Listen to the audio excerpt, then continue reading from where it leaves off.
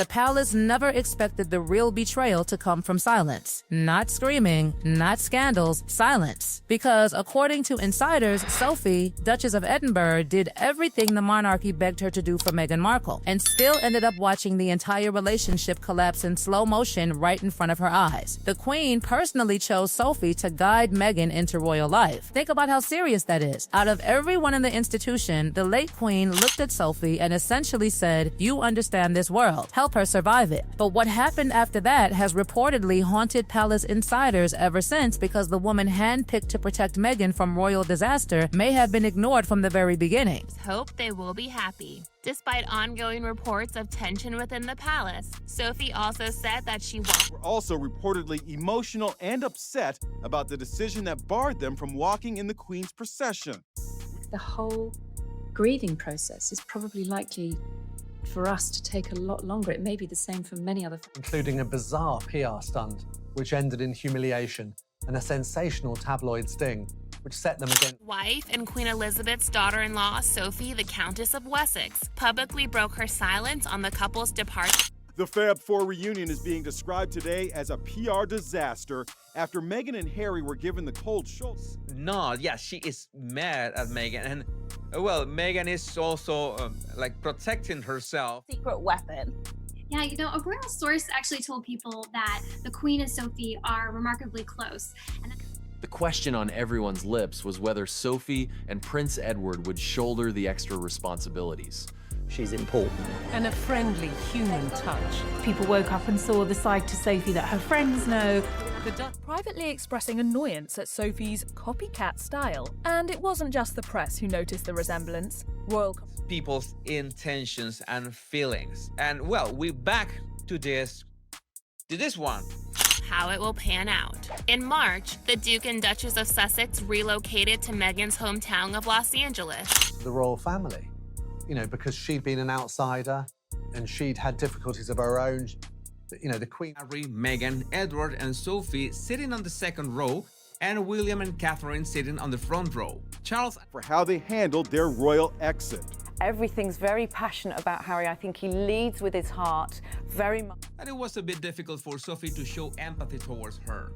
Now, you might be wondering, why so much difference? Sophie never played the loud royal game. That is what made this entire situation feel even darker. She was never the attention-seeking royal, never the one running to cameras, never leaking emotional interviews. She built her image through patience, restraint, and terrifying levels of self-control, which is exactly why people inside palace circles allegedly noticed the shift immediately when her warmth toward Meghan quietly disappeared. And according to reports, it all started after Sophie opened her door completely to Meghan during those early royal days. Queen Elizabeth II reportedly believed Meghan would struggle adjusting to palace protocol because royal life is not normal celebrity life. It is hierarchy, silence, discipline, and invisible rules that can destroy people emotionally if they are not prepared. Sophie understood that pain because she had lived it herself years earlier after her own public scandals nearly damaged her reputation forever. But unlike others, Sophie stayed, adapted, rebuilt trust, and eventually became one of the most respected royals in the institution. Then came the moment that now feels almost unbelievable in hindsight. Sophie reportedly spent hours at Meghan's home offering advice, guidance, and emotional support. Not a short, polite visit. Hours. She answered questions, explained royal expectations, shared hard lessons, and even gave Meghan her personal phone number with one simple message: call anytime. Imagine that scene now, knowing what happened later. The monarchy had quietly created Meghan's survival guide and placed it directly in her hands. And according to multiple reports, Meghan never used it. The pandemic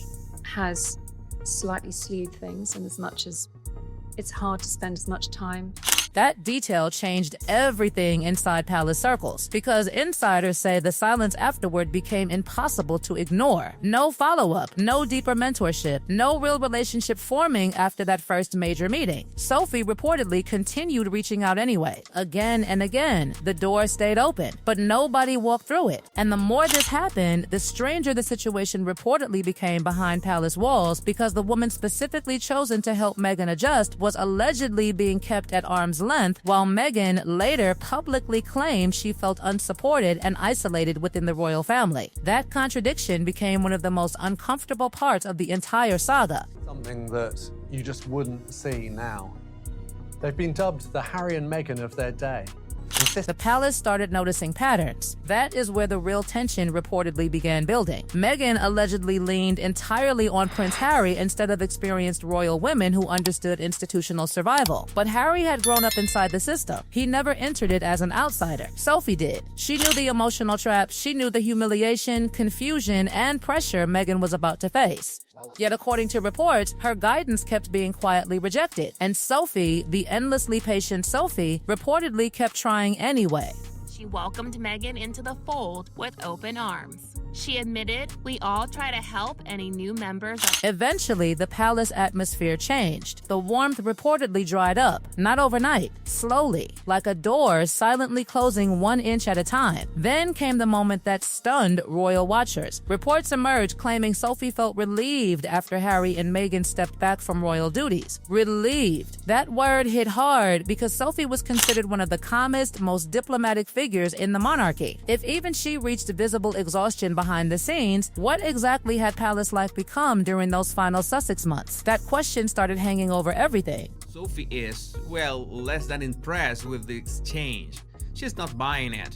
No, we can suppose that by Then, Commonwealth Day 2020 happened, and suddenly, the tension was no longer hidden. People watching the event noticed it immediately. The body language, the distance, the coldness that no public statement could erase. Sophie's posture looked rigid, controlled, emotionally closed off. Not dramatic, worse, controlled disappointment, the kind that comes after someone stops expecting things to improve. And then came the eye contact moment everybody still talks about. Sophie reportedly looked directly at Meghan in a sustained, unbroken stare that carried years of unresolved tension inside it. Meghan looked away first. Her smile reportedly vanished seconds later. It lasted only moments publicly, but insiders say it spoke louder than any interview ever could. The Westminster Abbey exit afterward only fueled the speculation further. Royal exits are choreographed with military precision. Every movement matters. Every pairing matters. Yet Meghan reportedly crossed through seating arrangements to move toward Prince William and Catherine, Princess of Wales, instead of leaving alongside Sophie and Prince Edward as originally planned. To outsiders, it looked minor. Inside royal culture, it reportedly screamed everything. Palace observers described the entire Fab Four appearance as painfully awkward, cold, and visibly fractured. And then came the Oprah interview,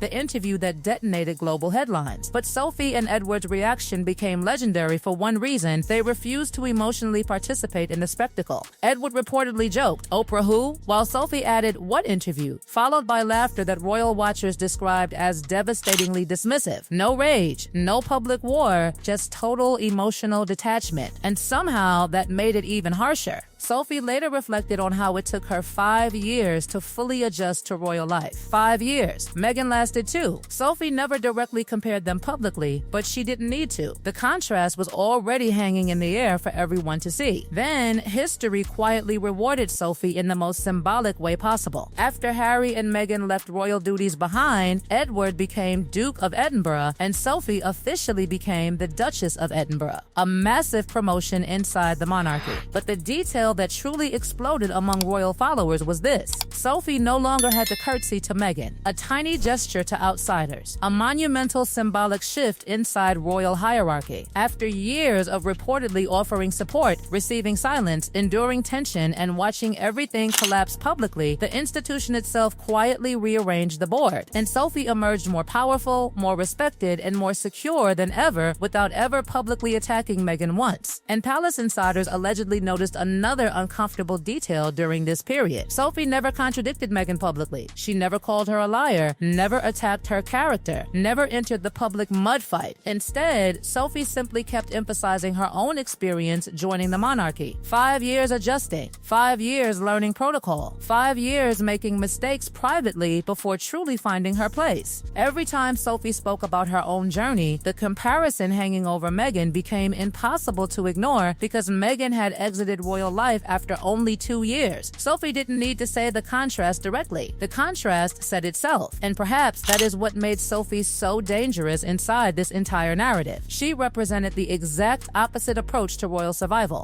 Meghan entered the monarchy like a global celebrity with worldwide media influence already behind her. Sophie entered as an outsider who quietly rebuilt herself from scandal and humiliation over time without public rebellion. Meghan used interviews. Sophie used silence. Meghan challenged the institution publicly. Sophie adapted internally until the institution itself eventually rewarded her loyalty. Two completely different survival strategies colliding inside the same royal machine. And by the end, insiders believed the contrast between those women had become impossible for the palace to ignore. Then came the title that changed everything: Duchess of Edinburgh. Those 3 words carried centuries of royal history behind them, but inside palace circles, they also carried another message entirely. Sophie had officially risen. Higher status, greater respect, greater symbolic power inside the monarchy. And royal watchers instantly noticed the detail nobody could stop discussing afterward. Sophie no longer needed to curtsy to Meghan Markle, such a tiny technicality to normal people. But inside royal protocol, massive. Because curtsying is not simply politeness in royal life. It is hierarchy made physical. It is the body literally acknowledging status. And after years of alleged tension, unanswered outreach, emotional distance, and visible public coldness, that obligation disappearing felt deeply symbolic to many observers. Some insiders even described it as the monarchy quietly choosing its winner without ever saying the words out loud. Because think about the sequence carefully. Meghan left. Sophie stayed. Meghan publicly fought for understanding. Sophie reportedly kept serving without complaint. Meghan's relationship with the institution collapsed publicly under global scrutiny. Sophie's relationship with the institution strengthened quietly behind palace walls. By the end of it all, Sophie held one of the most respected female positions in the royal family, while Meghan remained thousands of miles away in California, publicly reliving battles the palace itself appeared determined to move past. And there is another uncomfortable layer sitting underneath all of this. The late Queen Elizabeth II personally believed Sophie could help Meghan survive royal life. That detail changes the emotional weight of the entire story. Because if the Queen herself saw Sophie as the ideal mentor, what does it mean that the relationship reportedly never truly formed? Did Meghan underestimate the institution? Did she misunderstand what royal adaptation required emotionally? Or did the palace fundamentally underestimate how incompatible Meghan's personality would be with centuries of royal structure? Those questions still haunt royal conversations today, because nobody truly agrees on where the breaking point began. But one thing became impossible to ignore by the end. Sophie emerged from the chaos stronger than ever, and she did it without ever publicly humiliating anyone. That may actually be why royal insiders reportedly respect her so much now. She never chased revenge, never demanded sympathy, never tried controlling headlines. She simply continued showing up while the storm destroyed everyone around her. And eventually, the monarchy itself rewarded that consistency with status, recognition, and influence. Quietly.